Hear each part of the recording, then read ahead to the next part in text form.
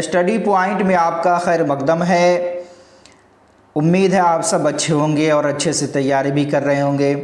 तो आइए आज का सबक देखते हैं और क्लास को शुरू करते हैं। टॉपिक देखकर आपको समझ में आ ही गया होगा, तदरीस क़वाइद के ताल्लुक़ से है कि क़वाइद की तदरीस के कितने तरीक़े होते हैं, इसको हम देखेंगे। तो क़वाइद के तदरीस के जो तरीक़े हैं वो दो तरीक़े के होते हैं। कितने तरीक़े के? दो तरीक़े के होते हैं। पहला क्या है भाई?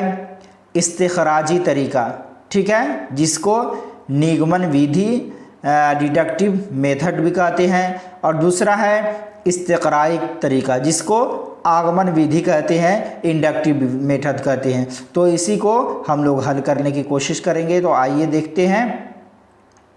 सबसे पहले इस्तिखराजी तरीक़ा को देखते हैं। इस्तिखराजी तरीक़ा क्या है भाई? तो इस्तिखराजी तरीक़ा ये क़वाइद की तदरीस का रवायती तरीक़ा है। क्या है भाई? ये क़वाइद की तदरीस का रवायती तरीक़ा है, जो पहले से चला आ रहा था वही तरीक़ा है। अब इसके तहत क्या होता है? इसके तहत तलबा को पहले तारीफ़ें और उसूल रटवाए जाते हैं, फिर उनका इस्तेमाल कराया जाता है। बच्चे बिला फ़हम रटते जाते हैं और यह अमल इंतहाई बोरियत और बोझ वाला होता है।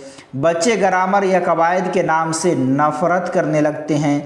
भाई इसमें क्या कहा जा रहा है कि इस्तिखराजी जो तरीक़ा है वो जो रवायती तरीक़ा, जो पहले की जो तदरीस थी, जो पहले जिस तरह पढ़ाया जाता है उसी तरीक़ा है। इस तरीके में क्या किया जाता है? पहले तारीफ़ और उसूल को रटवा दिया जाता है, फिर उसका इस्तेमाल किया जाता है। तो बच्चे इसमें क्या करते हैं? बेगर सोचे समझे रट्टा मारते हैं और रट्टा मारकर उसको याद कर लेते हैं। इसमें समझ बूझ का कोई दखल नहीं होता है और ये इंतहाई बोरियत वाली तदरीस होती है। और बच्चे क्या करते हैं? इस तरीक़े तदरीस से नफ़रत करने लगते हैं और बोझ समझने लगते हैं। तो इसमें बच्चे को पहले क्या किया जाता है? उसूल वगैरह तारीफ़ वगैरह रटवा दिया जाता है और बच्चे इसमें बिला फ़हम और समझ के बच्चे रटने लगते हैं। अब देखें, ये जो तरीक़ा है ये तरीक़ा नामालूम से मालूम की तरफ और उसूल से मिसाल की तरफ चलता है। लेकिन आज जो तरीक़ा है तदरीस क्या है? मालूम से नामालूम की तरफ, मिसाल से उसूल की तरफ। और ये इसी तरीक़े में बच्चे दिलचस्पी भी लेते हैं जो इस्तिक़राई तरीक़ा में मौजूद है, जो कि क्या है? ये तरीक़ा नामालूम से मालूम की तरफ, उसूल से मिसाल की तरफ चलता है, जो कि तालीमी और बच्चे के नफ्सियात के भी मुखालिफ है। ठीक है, जो नफ्सियात और बच्चे के भी मुखालिफ है और इसके तालीम के भी मुखालिफ है। तो ये तरीक़ा बेहतर नहीं करार दिया जाता है। अब देखते हैं इस्तिक़राई तरीक़ा। इस्तिक़राई तरीक़ा क्या है भाई? ये क़वाइद की तदरीस का जदीद तरीक़ा है। जो अभी जो तरीक़ा तदरीस चल रहा है वो इस्तिक़राई तरीक़ा की ही तहत चल रहा है। तो ये न्यू तरीक़ा है। इसके तहत तलबा की मालूमात का इस्तेमाल करके क़वाइद की तालीम दी जाती है। यानी बच्चे के किस कदर बच्चे की मालूमात है, उसी मालूमात का लिहाज करते हुए बच्चे को क़वाइद की तालीम दी जाती है। इसमें क्या होता है? मिसाल के इस्तेमाल से, यानी साबी कुतुब में असबाक से मिसालें लेकर क्या होता है? सवाल जवाब के ज़रिया क़वाइद के उसूल व ज़वाबित अख़ज़ कराए जाते हैं। इसमें क्या होता है? अलग से ग्रामर को नहीं पढ़ाया जाता, ग्रामर को हटाया नहीं जाता, बल्कि जो निसाबी किताब में जो क़वाइद और ग्रामर आते हैं उसी किताब के हिसाब से या मिसाल में जो भी तारीफ़ात में जो भी मिसालें आती हैं उसी के एतबार से क़वाइद को बच्चों को याद करा दिया जाता है और इस तरह बच्चे पर जोर भी नहीं पड़ता है। देखें, तारीफ़ों के मकाम पर क़वाइद के अमली इस्तेमाल पर जोर दिया जाता है। यानी तारीफ़ों के मकाम पे जो क़वाइद है उसी वक्त तारीफ़ और मिसाल बताते हुए भी बच्चे को क़वाइद पढ़ा दिया जाता है अमली तौर पर। ठीक है, तो ये तरीक़ा बेहतर करार दिया जाता है। अब ये इस तरीके में क्या होता है?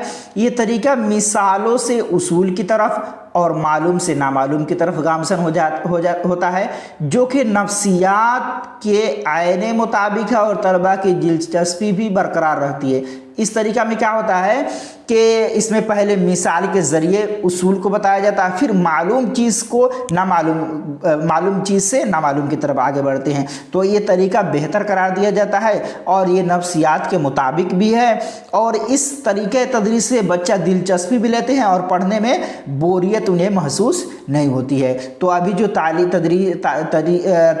जो हो रही है, तरीके तदरीस को जो अपनाया जा रहा है, वो कौन सा तरीका है? इस्तिक़राई तरीका को बेहतर माना गया है। ठीक है, चलिए आगे देखते हैं। अब देखें इस्तिख़राजी और इस्तिक़राई तरीका में क्या फ़र्क है उसको भी देखना ज़रूरी है, तब जाकर बात वाज़ेह हो सकती है। तो इस्तिख़राजी तरीका ये है हो गया, और ये हो गया इस्तिक़राई तरीका। अब देखें इस्तिख़राजी तरीका में क्या होता है, असातिज़ा पर तकिया करने की आदत पड़ जाती है। यानी बच्चे इस्तिख़राजी तरीका में क्या होते हैं, वो असातिज़ा और टीचर पर ही निर्भर रहते हैं, उन्हीं पर अपना सारा तकिया लगाए हुए रहते हैं कि असातिज़ा जिस तरह करा देंगे उस तरह करना है। लेकिन इस्तिक़राई तरीका में क्या होता है, इस्तिक़राई तरीका में ये होता है कि इससे बच्चों में खुद एतमादी पैदा होती है, यानी बच्चों में भरोसा पैदा हो जाता है कि मुझे खुद अपने से करके कुछ भी सीखना है। ठीक है, अब इस इस्तिख़राजी तरीका में क्या होता है, इससे साबिक़ा मालूमात मुस्तहकम होती है, यानी इसमें जो पहले के जो मालूमात है उसको मुस्तहकम किया जाता है। लेकिन इस्तिक़राई तरीका में क्या होता है, इससे जदीद मालूमात में इजाफ़ा होती है, इससे जदीद मालूमात हासिल होती है। इसमें नई तरीके तदरीस को अपनाया जाता है और नई चीज़ें भी बच्चों को मालूम होती है। अब इस्तिख़राजी तरीका में क्या होता है, इससे दूसरों की मालूमात की सिर्फ तस्दीक होती है, यानी इससे दूसरों की जो मालूमात है सिर्फ आप तस्दीक कर सकते हैं। लेकिन इस्तिक़राई तरीका में क्या होता है, ये इंकिशाफ और तहकीक के तरफ रहनुमाई करता है, यानी इससे ये ज़ाहिर होता है कि जो चीज़ें पढ़ाई जा रही वो बिल्कुल सही है, तहकीक रिसर्च करके तरफ रहनुमाई होती है, मतलब इसमें ज़ाहिर हो जाती है और इसमें तहक़ीक़ हो जाती है। ठीक है, आगे देखते हैं। आगे क्या है भाई, देखें इसमें क्या है, दूसरों के बताने पर भरोसा करना पड़ता है, यानी जो दूसरे बता दिए अब उसको हम मान लिए, अगर गलत भी बता दिया तब भी मान लिए। लेकिन इस्तिक़राई तरीका में ये क्या होता है, खुद करके सीखने का मौका मिलता है, इससे इल्म पुख्ता और करामत होता है। जब बच्चे खुद करके सीखेंगे, जब कोई भी आदमी खुद करके सीखता है तो उससे बहुत सारे फ़वाइद होते हैं, उससे इल्म में पुख्तगी भी आती है, तो ये तरीका बेहतर होता है। उसी तरह जो इस्तिख़राजी तरीका है ये बड़ों के लिए मुनासिब है। किसके लिए मुनासिब है, बड़ों के लिए मुनासिब है। और ये इस्तिक़राई तरीका है, ये तरीका बच्चों के लिए मुनासिब है, मौजू है। ठीक है, अब देखें इस्तिख़राजी तरीका में क्या होता है, तारीफ़े कवायद और कुल्लिये पहले बता दिए जाते हैं, फिर मखसूस वाक़यात या इनफ़िरादी मिसालों पर उन्हें मुंतबिक किया जाता है। यानी बच्चों को पहले क्या किया जाता है, तारीफ़ कवायद कुल्लिया बता दिए जाए, फिर मखसूस वाक़यात या इनफ़िरादी मिसाल से बच्चों को समझाया जाता है। लेकिन इस्तिक़राई तरीका में क्या होता है, इसमें क्या होता है, पहले मखसूस वाक़यात फिर इनफ़िरादी मिसालों पर गौर किया जाता है और उनसे तारीफ़ कवायद अख़ज़ किए जाते हैं। यानी पहले इसमें इस्तिक़राई तरीका में क्या होता है, पहले मखसूस वाक़यात या इनफ़िरादी मिसाल देकर गौर किया जाता है, फिर उस गौर व फ़िक्र करने के बाद उनसे जो तारीफ़ें होती है, उस कवायद और कुल्लिये होते हैं, उससे अख़ज़ कर लिए जाते हैं, उस मखसूस वाक़यात से और इनफ़िरादी मिसालों से। लेकिन इसमें पहले मिसाल और कवायद वगैरह हटवा दिए जाते हैं, तब बाद में वो मखसूस वाक़यात या इनफ़िरादी मिसाल बच्चों को दिए जाते हैं। लेकिन तरीका कौन सा बेहतर है, तो इस्तिक़राई तरीका बेहतर है बच्चों के लिए। अब देखें यहाँ पे एक नोट है, उसको पढ़ें, ये बहुत महत्वपूर्ण है। क्या कहा जा रहा है, तलबा को कवायद के सबक अलग से ना दिए जाएं। क्या भाई, तलबा को कवायद के जो सबक है अलग से ग्रामर ना पढ़ाया जाए, बल्कि उन्हें ज़बान के असबाक से ही मरबूत कर दिया जाए। यानी ज़बान के जो हम किताब पढ़ा रहे हैं, जो भी पढ़ा रहे हैं, उसी में बच्चे को ग्रामर पढ़ा दें, उसी में बच्चे को समझा दें। बच्चे की इनफरादी और दिलचस्पी का लिहाज रखना कवायद की तालीम में, यह में छूट गया है, तालीम में निहायत ज़रूरी है। यानी बच्चे की इनफरादियत, यानी देखा जाए कि बच्चे किस हिसाब से किस तरीके तदरीस से बच्चे दिलचस्पी ले रहे हैं, उसी दिलचस्पी का लिहाज रखते हुए कवायद की तालीम बच्चों को दी जाए। और कवायद की तालीम बच्चों में निहायत ज़रूरी है, लेकिन रटवाया ना जाए बल्कि उसको सबक से मरबूत कर दिया जाए, शामिल कर दिया जाए, अलग से नहीं पढ़ाया जाए। ठीक है, अब देखें, अब उसके बाद है ज़ू लिसानियात और कसीर लिसानियात। भाई ज़ू लिसानियात किसको कहते हैं और कसीर लिसानियात किसको कहते हैं? ज़ू मतलब होता है दो के और कसीर मतलब होता है बहुत सारे के। तो अब देखते हैं ज़ू और कसीर के माना क्या होता है। जब किसी मुआशरा में दो ज़बानें बोली जाती हैं तो उसे ज़ू लिसानियात, और जब दो से ज़्यादा ज़बानें बोली जाती है तो उस समाज की उस खासियत को कसीर लिसानियत कहते हैं। यानी जिस समाज में दो ज़बानें बोली जाती है, दो ज़बानें बोली जाती है तो उस मुआशरा को क्या कहते हैं? ज़ू लिसानियात। और जिसमें बहुत सारी ज़बानें बोली जाती है उसको कसीर लिसानियात कहते हैं। अब देखें, कसीर लिसानियात हिंदुस्तानी समाज, यहाँ समान हो गया है तो समाज जीम होगा। कसीर लिसानियात हिंदुस्तानी समाज की एक मुनफरिद खासियत है। यानी हिंदुस्तान में सिर्फ दो ही ज़बानें नहीं बोली जाती बल्कि बहुत सारी ज़बानें हिंदुस्तान में बोली जाती। यहाँ सैकड़ों की तादाद में बोलियाँ और ज़बानें, हिंदुस्तान में क्या है? सैकड़ों की तादाद में ज़बानें और बोलियाँ हैं। अब हिंदुस्तानी आइन ने भी, हिंदुस्तानी संविधान ने भी 22 बड़ी ज़बानों को कौमी ज़बान की हैसियत को तस्लीम किया है। यानी 22 बड़ी ज़बानों को कौमी ज़बानों की हैसियत को तस्लीम हुआ है। ठीक है, दुनिया में तकरीबन 5000 ज़बानें बोली जाती है। दुनिया में कितनी ज़बानें बोली जाती है बताएं? दुनिया में 5000 ज़बानें बोली जाती है, जिनमें से एक तिहाई यानी, एक मिनट, जिसमें से एक तिहाई, कहाँ गया भाई? जिनमें से एक तिहाई यानी 1961 की मरदमशुमारी यानी जनगणना के मुताबिक 1652 ज़बानें अकेले हिंदुस्तान में बोली जाती है। दुनिया में कितनी ज़बानें बोली जाती है? 5000 ज़बानें बोली जाती है, जिसमें से एक तिहाई यानी 1961 के मरदमशुमारी जनगणना के मुताबिक जो हिंदुस्तान में ज़बानें बोली जाती है वो कितनी है? 1652 ज़बानें अकेले हिंदुस्तान में बोली जाती है। हिंदुस्तान कसीर लिसानियात मुल्क है। ठीक है, समझ में आ गया? अब देखें, अब यहाँ पे देखें, हिंदुस्तानी ज़बानों का ताल्लुक 5 लिसानी ख़ानदानों से है, 5 ज़बान वाले ख़ानदानों से है। पहला क्या है? हिंद आर्याई, दूसरा है दरावर और तीसरा है ऑस्ट्रो एशियाटिक। ठीक है, उसके बाद है तिब्बत बर्मन। यहाँ पे तिब्बत में वाव लग गया, तिब्बतो हो गया, क्या होगा? तिब्बत बर्मन। ठीक है, उसके बाद है एंडोमानी। तो ये 5 ज़बानें जो हिंदुस्तान में बोली जाती है, 5 लिसानी ख़ानदानों से ताल्लुक़ है हिंदुस्तानी ज़बानों का। ठीक है, तो ये 5 ज़बानें हो गई, हिंद आर्याई, दरावर, ऑस्ट्रो एशियाटिक और तिब्बत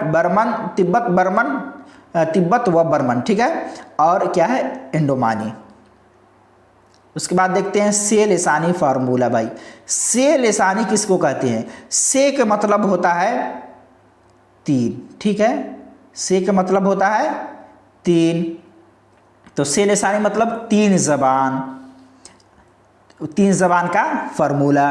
अब देखते हैं से लिसानी फार्मूला में क्या कहा जा रहा है।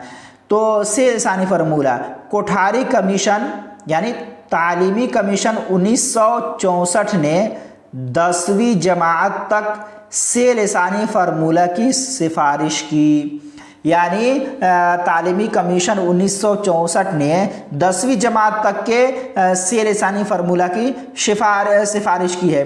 1968 की कौमी तालीमी पॉलिसी के मुताबिक 68 की कौमी तालीमी पॉलिसी के मुताबिक से लिसानी फार्मूला की साख्त मंदरजा झील होगी। यानी 1968 के जो कौमी तालीमी पॉलिसी है उसके मुताबिक से लिसानी फार्मूला की साख्त बनावट किस तरह होनी चाहिए उसी के बारे में कहा जा रहा है। तो उसको देखते हैं। चले देखें, इसमें है पहली ज़बान। पहली ज़बान क्या होनी चाहिए? मादरी ज़बान या इलाकाई ज़बान। पहली ज़बान क्या होनी चाहिए? पहली ज़बान यही होती भी है, मादरी या इलाकाई ज़बान। अब दूसरी ज़बान में क्या है? अब देखें, दूसरी ज़बान हिंदी बोलने वाली रियासतों में दूसरी ज़बान क्या भाई? हिंदी बोलने वाली रियासतों में दूसरी ज़बान कोई दूसरी जदीद ज़बान हो या अंग्रेज़ी हो, और गैर हिंदी रियासतों में दूसरी ज़बान अंग्रेज़ी या हिंदी हो। यानी कहने का मतलब यह है जिस रियासत में, जिस स्टेट में हिंदी ज़बान बोली जाती है तो उसमें दूसरी ज़बान कोई न्यू ज़बान होनी चाहिए। न्यू ज़बान में हिंदी के अलावा अंग्रेज़ी हो या कोई और भी जदीद न्यू ज़बान हो सकती है। लेकिन गैर हिंदी रियासतों में दूसरी ज़बान अंग्रेज़ी या हिंदी हो। यानी जिस रियासत में हिंदी नहीं बोली जाती है तो उस रियासत में दूसरी ज़बान हिंदी भी हो सकती है या अंग्रेज़ी भी या कोई और दूसरी ज़बान। ठीक है। उसी तरह तीसरी ज़बान, अब हिंदी रियासतों में तीसरी अंग्रेज़ी होगी। जिस रियासत में, जिस स्टेट में हिंदी ज़बान बोली जाती है तो उसमें तीसरी ज़बान क्या होगी? अंग्रेज़ी या कोई न्यू जदीद हिंदुस्तानी ज़बान होगी जो दूसरी ज़बान के तौर पर ना पढ़ी जा रही हो। यानी मतलब जो दूसरी ज़बान में हो वो तीसरी ज़बान में नहीं हो। यानी पहली ज़बान मिसाल के तौर पर मादरी ज़बान है और हिंदी बोले जाने वाली रियासत में दूसरी ज़बान मिसाल के तौर पर समझ लीजिए इंग्लिश है, और फिर हिंदी बोले जाने वाली रियासत में तीसरी ज़बान अंग्रेज़ी नहीं हो सकती बल्कि इसके अलावा कोई दूसरी तीसरी ज़बान लेना पड़ेगा। मराठी हो गया, बांग्ला हो गया, उड़िया, जो कोई भी है ये सारी अलग ज़बानें होगी। तो इस तरह से लिसानी फार्मूला इसी हिसाब से है। समझ में आई बात? चले अब देखें ज़बान की मुश्किलात, गलतियाँ और नकाइस। ज़बान जब बोलने में या लिखने में, पढ़ने में बहुत सारी दुश्वारियाँ पेश आती है, उसी के ताल्लुक़ से जो ज़बान की मुश्किलात है, जो गलतियाँ होती है, उसमें जो नुक्स हो जाती है उसी का तज़किरा यहाँ पे करेंगे। तो देखते हैं ज़बान की आमोजिश से मुताल्लिक़ मुख्तलिफ़ दुश्वारियाँ जिनका तज़किरा हम यहाँ करेंगे। फर्स्ट में क्या है? एलेक्सिया यानी डिसलेक्सिया, डिस्कलकुलिया या कलकुलिया कहते हैं इसको, डिस्ग्राफिया या अग्राफिया कहते हैं, डिस्फेजिया या अफेजिया इसको कहते हैं, डिस्प्रेक्सिया या अप्रेक्सिया कहते हैं, डिस्मोर्फिया उसके बाद डिस्थीमिया। तो ये सारे ज़बान की दुश्वारी इसके वजह से होती है। उसी को देखते हैं किसकी वजह से क्या दुश्वारी पेश आती है। चले देखते हैं। सबसे पहले देखते हैं डिसलेक्सिया। ठीक है, डिसलेक्सिया किसको कहते हैं भाई? इस दुश्वारी का ताल्लुक़ पढ़ने, ख़वानदगी यानी पढ़ने यानी रीडिंग से है। डिसलेक्सिया कब होता है? जब पढ़ने में कोई दुश्वारी होती है, रीडिंग करने में कोई दुश्वारी होती है, तब उसको डिसलेक्सिया कहेंगे। इसकी वजह से बच्चे को पढ़ने में दुश्वारी होती है। डिसलेक्सिया की वजह से बच्चों में क्या होती है? पढ़ने में दुश्वारी होती है। वह हुरूफ और अल्फाज में सही फ़र्क नहीं कर पाते। जैसे छोटी सीन और बड़ी शीन में भी फ़र्क नहीं कर पाता, जीम और जे में फ़र्क नहीं कर पाता, काफ और बड़ी काफ में फ़र्क नहीं कर पाता। उसी तरह कमर और कमर में फ़र्क नहीं कर पाता। ये कमर से कमर होगा और ये कमर से चांद होगा। तो ये सारे बच्चों को पढ़ने में जो दुश्वारी होती है, तो पढ़ने में जो दुश्वारी होती है उसी को हम क्या कहते हैं? डिसलेक्सिया। उसके बाद है डिस्कलकुलिया या अकलकुलिया कह लीजिए। तो डिस्कलकुलिया में क्या दुश्वारी आती है? तो इस दुश्वारी का ताल्लुक़ रियाजी हिसाब व किताब से है। यानी इसका ताल्लुक़ क्या है? गिनने से, हिसाब व किताब से है। इस दुश्वारी की वजह से बच्चों में रियाजी के सवालात को समझने के मुताल्लिक़ मुश्किलात पैदा हो जाती है। माने जिस बच्चे में डिस्कलकुलिया की दुश्वारी है तो उसको हिसाब व किताब में दुश्वारी होती है, उसको गिनने में दुश्वारी होती है। ठीक है। उसके बाद है डिस्ग्राफिया। डिस्ग्राफिया में क्या होता है भाई, डिस्ग्राफिया में जो लिखने में दुश्वारी आती है उसको डिस्ग्राफिया कहते हैं, जो पढ़ने में दुश्वारी आती है उसको डिसलेक्सिया कहते हैं, और जो गिनने हिसाब व किताब में दुश्वारी होती है उसको क्या कहते हैं, डिस्कलकुलिया। तो डिस्ग्राफिया को देखते हैं। इस दुश्वारी का ताल्लुक लिखने यानी राइटिंग से होता है। इसमें क्या होता है, इसकी वजह से हरूफ, अल्फाज और जुमलों को लिखने में मुश्किल पैदा हो जाती है, यानी इसमें बच्चों को लिखने में दुश्वारी पेश आती है। इसी को क्या कहते हैं, डिस्ग्राफिया। आगे देखते हैं, आगे क्या है भाई, चले, डिस्फेजिया या फिर अफेजिया भी कहते हैं। तो इसका ताल्लुक लिसानी महारतों, क्या है इसका ताल्लुक, लिसानी महारतों मसलन बोलना और बिलखुसूस तफहीम से होता है। बच्चे सुनी हुई बात या पढ़ी हुई बात का मतलब नहीं समझ पाता, रवानी से बोल नहीं पाता, अल्फाज के माना समझ नहीं पाता, काम करने की हिदायत नहीं समझ पाता। इस डिस्फेजिया में क्या होता है, ये इसमें बोलने से के ताल्लुक से इसमें दुश्वारी पेश आती है, यानी बच्चे इसमें बिलखुसूस समझ से दूर हो जाते हैं, सही से समझ नहीं पाते हैं। इसमें पढ़ी हुई या कोई सुनी हुई बात को बच्चे क्या करते हैं, समझ नहीं पाते हैं। तो जो समझने में दुश्वारी आती है उसी को क्या कहते हैं, डिस्फेजिया। यानी इसमें रवानी से बच्चा क्या है, बोल नहीं पाता है, अल्फाज के माना सही से समझ भी नहीं पाता है, जो काम करने को उसको निर्देश दिया जाए, जो हिदायत दिया जाए उसको भी समझ नहीं पाता है। तो बच्चे को समझने से जो दुश्वारी आती है उसको कहते हैं डिस्फेजिया। अब देखें क्या है, डिस्प्रेक्सिया। क्या डिस्प्रेक्सिया, इसका ताल्लुक हूर की महारत यानी मोटर स्किल से होता है। ठीक है, इसका ताल्लुक किससे होता है, मोटर स्किल से होता है। इसकी वजह से बच्चा उंगलियों, हाथों और आंखों के दरमियान रब्त नहीं कायम कर सकता है। क्या कर पाता है, रब्त कायम नहीं करता है। उसे पेंसिल पकड़ने, बटन लगाने, हाथ की महारत और तवाज़ुन में मुश्किलात पैदा हो जाती है। यानी इस दुश्वारी की वजह से बच्चे में क्या होते हैं, उंगली, हाथ और आंखों के दरमियान वो रब्त पैदा नहीं कर सकता है। उसे पेंसिल पकड़ने, बटन लगाने और हाथ की महारत वगैरह और तवाज़ुन में क्या होती है, मुश्किल होती है। पेंसिल पकड़ता है तो बच्चे इस तरह करने लगता है, सही से पकड़ नहीं पाता है। तो इन सारी चीज़ों से बच्चों को दुश्वारियाँ होती है। तो बच्चे को जब उंगली, हाथ, आँख के दरमियान जब रब्त काम नहीं करता, मोटर स्किल से है मतलब बदन का कोई भी आशा सही से काम ना करे, तो वो क्या हो जाएगा, डिस्प्रेक्सिया। उसके बाद है डिस्मोर्फिया। डिस्मोर्फिया में क्या होता है भाई, ये ऐसी दुश्वारी है जिसमें आदमी को ये भ्रम हो जाता है कि उसके शरीर के कुछ हिस्सा बहुत छोटा या अधूरा है। वह अपने शरीर के अलग अलग हिस्सों को दूसरे के मुकाबला करने लगता है। यानी इसमें इंसान को ये भ्रम हो जाता है, ये वहम हो जाता है उसके जिस्म का कोई पार्ट्स छोटा है या बड़ा है या अधूरा है, तो एक दूसरे से क्या करता है, अपने पार्ट्स का मुकाबला करने लगता है कि उसमें तो ऐसा है, मेरे में इस तरह है। तो इस तरह इंसान में एक भ्रम पैदा हो जाता है। तो जो इंसान में भ्रम पैदा होता है उसी को कहते हैं डिस्मोर्फिया। ठीक है, उसके बाद है डिस्थीमिया।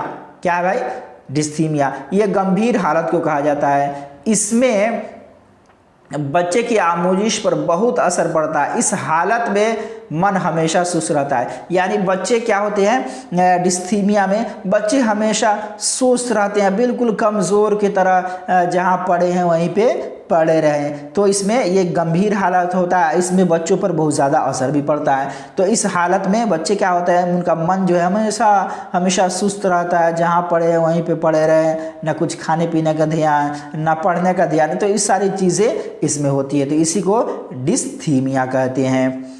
उसके बाद देखते हैं भाई, उसके बाद है क्या है भाई, उसके बाद है भाई शमूलियाती तालीम यानी समावेशी शिक्षा। क्या है, समावेशी शिक्षा। ठीक है, तो शमूलियाती तालीम में क्या होता है, उसको देखते हैं। शमूलियाती तालीम का तस्वूर एक ऐसे निज़ाम से वाबस्ता है जिसमें हर एक तालिब इल्म को एक ही स्कूल में बेगर भेदभाव के तालीम हासिल करने का यकसा मौका देता है। यानी समावेशी शिक्षा शमूलियाती तालीम एक ऐसा तस्वूर है जिसमें कोई भी तालीम में भेदभाव नहीं किया जाता है, किसी भी जाति का हो, किसी भी धर्म का हो, उससे कोई मतलब नहीं। बच्चे सारे एक समझे जाते हैं और सबको तालीम में एक सा हक भी मिलता है, एक तरह का बच्चों को हक दिया जाता है। उसी तरह ये सभी बच्चों को एक आज़ाद आमुज़गार के तौर पर देखने पर जोर देती है। यानी इसमें जितने कास्ट के हैं, जितने जाति के हैं, इसमें कोई भेदभाव नहीं, बल्कि सबको एक आज़ाद आमुज़गार के तौर पर देखने पर जोर दिया जाता है। यानी सबको आज़ादी दी जाती है पढ़ने के लिए। अब देखिए, ये स्कूल और दर्जा के माहौल को खुशगवार बनाने में जोर देती है। जब बच्चे इसके साथ एक तरह का रवैया रखा जाएगा, बच्चे के साथ कोई भी भेदभाव ना हो, तो इस तरह स्कूल का जो दर्जा है, उस स्कूल का जो क्लासरूम है, उसको खुशगवार बनाया जा सकता है इसी समावेशी शिक्षा के जरिए। ठीक है, उसके बाद देखते हैं, उसके बाद है भाई, ये माजूर बच्चों को आम बच्चों के साथ क्लास रूम के माहौल में शामिल करने का इंतज़ाम फराहम करता है। यानी ये माजूर यानी जो बच्चे हैं, जो अपाहिज हैं, या किसी कोई पैर कटा हुआ है, या जो हाथ से अपाहिज है, कान से अपाहिज हैं, माजूर हैं, कान से सही से सुन नहीं सकते, आँख से सही से देख नहीं सकते, तो उन बच्चों को अलग से अलग रूम में रख दें और सही बच्चों को एक साथ रखें, ऐसा नहीं है। समावेशी शिक्षा का मतलब ये है कि जो भी बच्चे हों, सबको एक साथ तालीम दिया जाए, सबको एक जैसा इंतज़ाम फराहम किया जाए। ठीक है, तालीम में शमूलियत समाज में शमूलियत का एक अहम उनसर है। यानी अगर बच्चे तालीम में, बच्चों को एक जैसा स्कूल में रवैया इख्तियार किया जाएगा बच्चों के साथ, तो समाज में भी पढ़कर आगे चलकर क्या करेंगे, किसी के साथ भेदभाव नहीं करेंगे। तो इसीलिए कहा जाता है कि तालीम में शमूलियत यानी तालीम में बराबरी बच्चों का समाज में शमूलियत का एक अहम उनसर है, एक अहम पार्ट्स है, एक अहम जुज़ है।